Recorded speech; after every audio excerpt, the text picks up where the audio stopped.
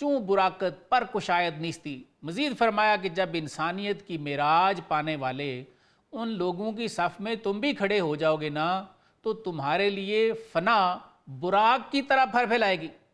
خوش براق گشت خنگے نیستی سوئے ہستی آردت گر نیستی۔ مزید کیا فرمایا سرکار نے بقول مولانا کہ فنا کا گھوڑا بہت اچھا براق بنے گا اور اگر تو فانی ہے تو تجھے بقا کی جانب لے جائے گا۔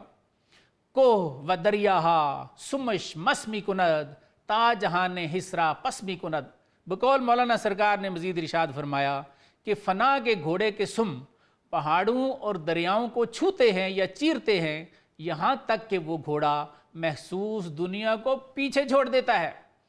آگے کیا فرمایا سرکار نے بقول مولانا پا بکش در کشتی و میر و رواں چوں سوئے معشوق جانے رواں۔ سرکار نے فرمایا کہ میری اور میرے بعد میں میرے پاکوں کی میرے اہل بیت کی کشتی میں قدم رکھنا اور چلتے رہنا جیسے کہ جان معشوق کی طرف جاتی ہے جو کہ روح کی روح ہے۔ دست نئے و پائے نئے روتا قدم آنچنا کے تاخت جہاں از عدم۔ سرکار نے مزید ارشاد فرمایا کہ بغیر ہاتھ اور بغیر پاؤں کے اس قدیم کی طرف روحانی سفر کرو جس طرح روحوں نے عدم سے زمین کا سفر کیا ہے۔ وقت کی کمی کے باعث میں انہی اشعار پہ اکتفا کروں گا۔ آئیے ان اشعار کے درسی پہلوؤں پہ ایک نظر کرتے ہیں۔ مولانا نے جو حدیث شریف لکھی ہے اس کے بالکل شروع میں ہمیں دو بڑے اہم سبق ملتے ہیں۔ ایک یہ کہ آپ نے ارشاد فرمایا کہ من ہم چو کشتیم بطوفان زمن، یعنی فرمایا کہ میں زمانے کے طوفان میں تمہارے لیے کشتی کی طرح ہوں، مجھ سے وابستہ ہو جاؤ، مجھ سے محبت کرو، مجھ سے تعلق قائم کرو، اور فرمایا کہ اپنی تدبیر اور اپنے قدم پر بھروسہ کر کے اپنے زمانے کے پیغمبر سے جدا نہ ہونا کبھی بھی۔ پھر دوسرا خاص سبق دیا کہ میرے علاوہ میرے اہل بیت اور میرے ساتھی بھی تمہارے لیے نوح علیہ السلام کی کشتی ہی کی طرح ہیں، جو ان کی محبت اور تعلق کا سہارا پکڑے گا وہ بھی نجات پا جائے گا۔ آپ کے ساتھیوں سے مراد اہل بیت تو ہیں ہی ہیں، اس پر تو کوئی دوسری رائے ہو ہی نہیں سکتی، لیکن اس سے مراد آپ کے پاک امتی بھی ہو سکتے ہیں، اس لیے کہ یہ بات کیسے ہو سکتی ہے کہ آپ کا فیض آپ کے خاندان اطہر سے ہم کہیں کہ باہر ہی نہیں گیا، آپ تو رحمت للعالمین ہیں، لیکن اس سے مراد یقیناً وہ لوگ ہیں جو صاحب بصیرت ہیں، جن کی گواہی سورہ یوسف کی آیت نمبر 108 میں اللہ تعالیٰ نے اپنے محبوب کی زبان سے ان الفاظ میں خود دلوائی ہے۔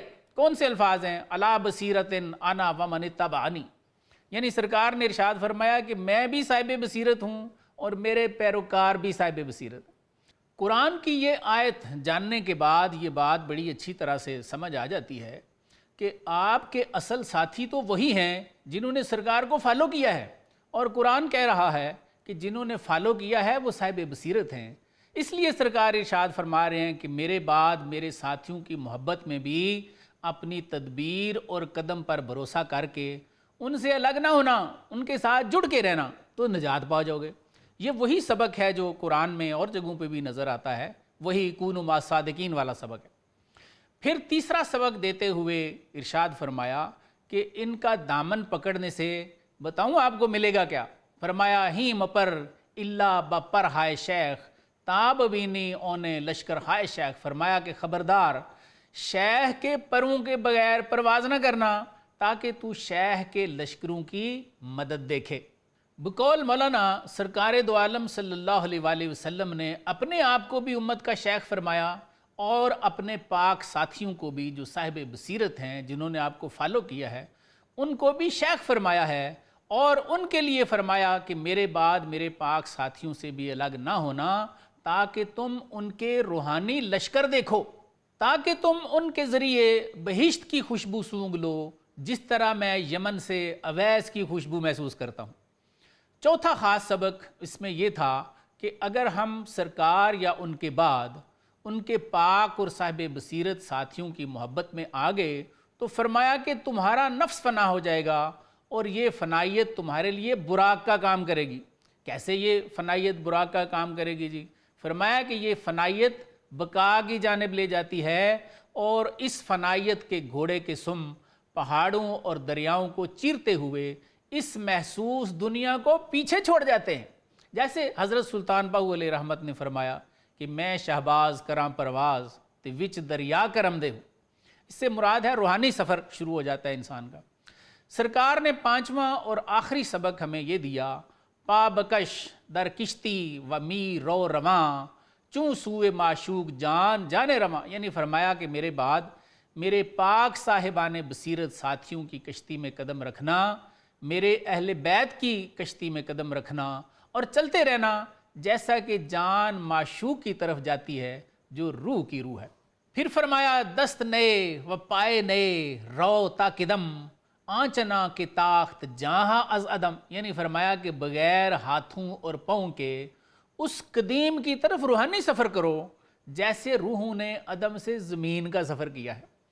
مولانا اس حدیث کے شروع میں یہ درس دیتے نظر آتے ہیں کہ یہ حدیث ایک واضح دلیل ہے کہ حضور صلی اللہ علیہ وآلہ وسلم کے فرمان کے مطابق اللہ تعالیٰ نے اپنی مخلوق کو اپنی پہچان کرانے کے لیے پیغمبر بھیجے ہیں۔